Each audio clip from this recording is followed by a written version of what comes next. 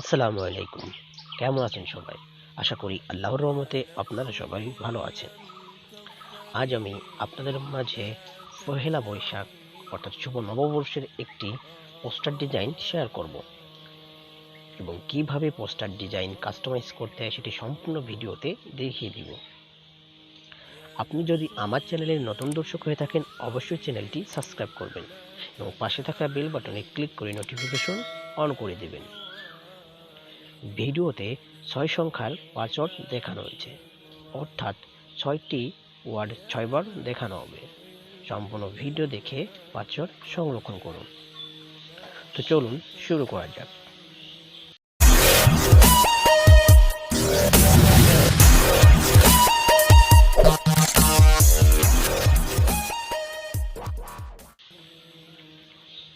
সর্বপ্রথম আপনাকে এই ভিডিওর ডিসক্রিপশন বক্সে আসতে হবে।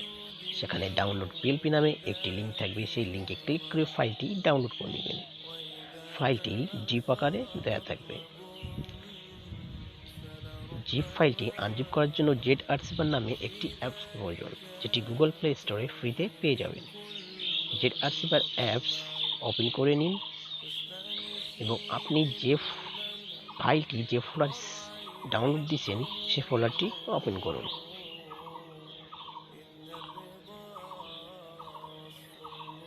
এবার দেখেন শুভ নববর্ষের পোস্টার ডিজাইন .zip ফাইল একদম নিচে ফাইলটি শো করবে। ফাইল একটি ক্লিক করুন। এক্সট্রাক্ট অ্যাড এইখানে একটি ক্লিক করবেন। ভিডিও দেখে সম্পূর্ণ পাসওয়ার্ড সংগ্রহ করে পাসওয়ার্ডগুলো দিয়ে ওকেতে ক্লিক করবেন। আপনার ফাইলটি এক্সট্রাক্ট হয়ে যাবে। ফাইলটি এক্সট্রাক্ট হয়ে গেলে পিক্সেল ল্যাব অ্যাপস ওপেন করে নিতে হবে। Pixel lab apps Google play স্টোরে ফ্রিতে পেয়ে যাবেন। পিক্সেল ল্যাব অ্যাপস ওপেন করার পর নিউ টেক্সট আসবে। এটা ডিলিট করার জন্য উপরে দেখুন ডিলিট অপশন, এখানে একটি ক্লিক করুন।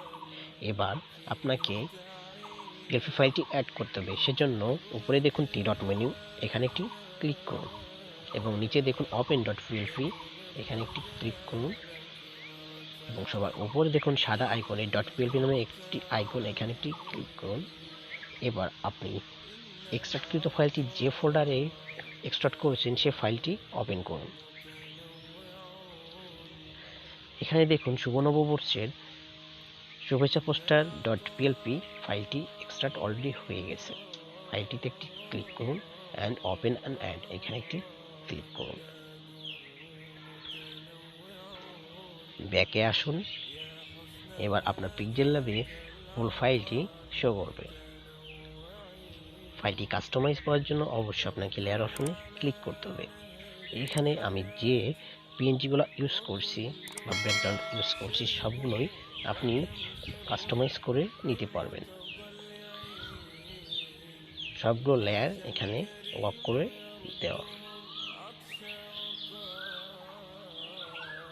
আপনার যে লেয়ারটি কাস্টমাইজ করার প্রয়োজন সে লেয়ারটি অবশ্যই আনলক করে কাস্টমাইজ করে নেবেন। ধরুন আমি এইখানে এই ছবিটি চেঞ্জ করব, তো আপনাকে অবশ্যই ছবির লেয়ারে ক্লিক করতে হবে। আপনি যদি ছবিটি ডিলিট করতে চান অবশ্যই ডিলিট করে দিবেন এবং যদি অন্য একটি ছবি দিতে চান অবশ্যই আপনাকে উপরে দেখুন প্লাস আইকন, এখানে একটি ক্লিক করে ফ্রম গ্যালারিতে ক্লিক করবেন, আপনার গ্যালারি ওপেন হয়ে যাবে।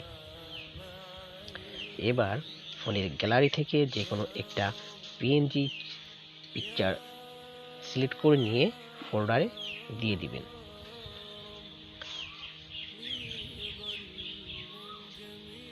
পিএনজি ফাইল নিয়ে ফটোতে অ্যাড করে নেবেন।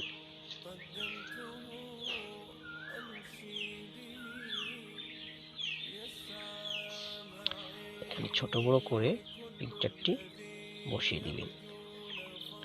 আপনি যদি কোনো টেক্সট পরিবর্তন করতে চান টেক্সট অপশনে ক্লিক করে তারপর এই দেখুন সাইডে একটি পেন আইকন, এখানে একটি ক্লিক করবেন, দেন উপরে পেন আইকন এখানে একটি ক্লিক করলে আপনার কিবোর্ড অপশন আসবে, এখানে উক্ত ব্যক্তির নাম দিয়ে দিবেন।